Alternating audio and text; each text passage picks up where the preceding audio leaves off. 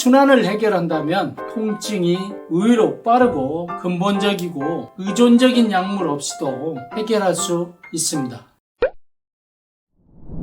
건강은 순환, 순환은 리듬, 순환톡톡입니다. 아픈 것을 대부분 현대의학에서는 염증으로 봅니다. 그런데 여러분들, 아픔에 대한 신호가 다 다른 생각 안 해보셨습니까? 아픔의 정도도 다르고요. 어디가 아파요 하는 환자들의 호소를 보면 찌르는 듯이 아파요. 한 대 맞은 것 같아요. 대인 것 같아요. 쐐기가 쏜 것 같아요. 이런 아픔에 대한 묘사가 굉장히 다양하다는 것 어떻게 생각하십니까? 그렇습니다.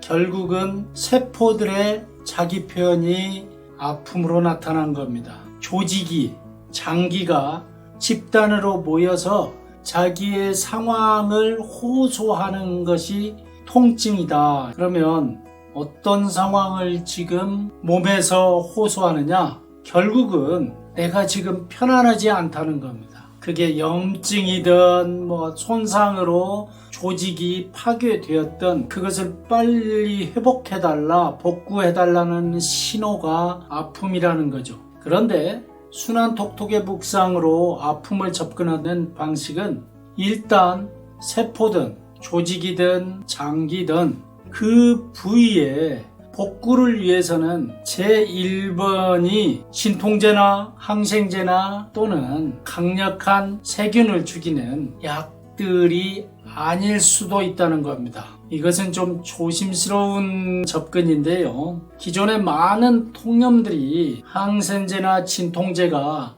염증을 치료하고 통증을 없애는데 해결책이라고 생각을 했습니다만, 현대 많은 발전이 있었지만 근본적인 해결책이 아니고 그 나타나는 현상만 일시적으로 제어하고 컨트롤한다면, 병의 근본은 해소될 수 없다면 과연 진통제나 소염제, 항생제가 가지고 있는 한계성을, 그 너머를 어떻게 고민할까 하는 새로운 대안에 대한 이제는 우리가 새롭게 접근을 해야 하지 않느냐 하는 겁니다. 통증이 가지는 우리 몸에서 전해오는 이 신호를 비단 현상만을 없애는 방법에서는 근본적인 통증의 이유를 한번 다시 정립해야 한다는 겁니다. 이것이 염증 때문에 왔다는 현대의 그런 해석 이런 것보다 좀 더 근원적으로 간다면 통증은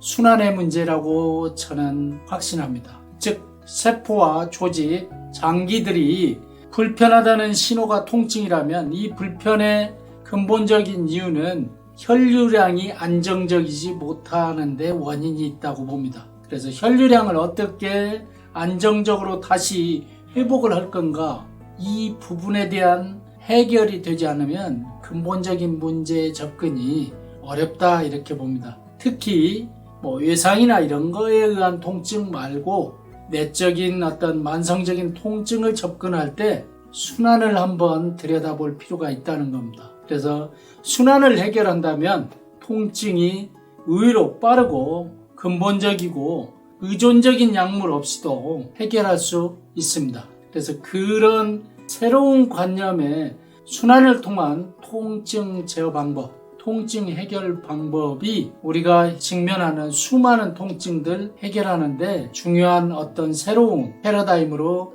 정착돼야 한다는 생각입니다. 요통을 한번 예를 들어볼까요? 우리가 허리 아픈 요인 엄청 많죠. 대표적으로 현대적으로 말하는 것이 디스크 또는 신경 압박의 이런 우리가 말하는 협착증, 현대적인 진단법에 의해서 세심한 분류들이 있는 것도 사실입니다. 그리고 그런 것들에 의한 발생한 통증들, 구조적인 것들을 먼저 보는 다양한 접근법에 장점도 분명히 있습니다. 그럼에도 불구하고 수술을 하던 다양한 치료를 했는데도 낫지 않는 그런 만성적인 요통 같은 걸 순환을 해결했을 때 의외로 쉽고 재발하지 않으면서 좋아지는 예를 임상에서 참 많이 봅니다.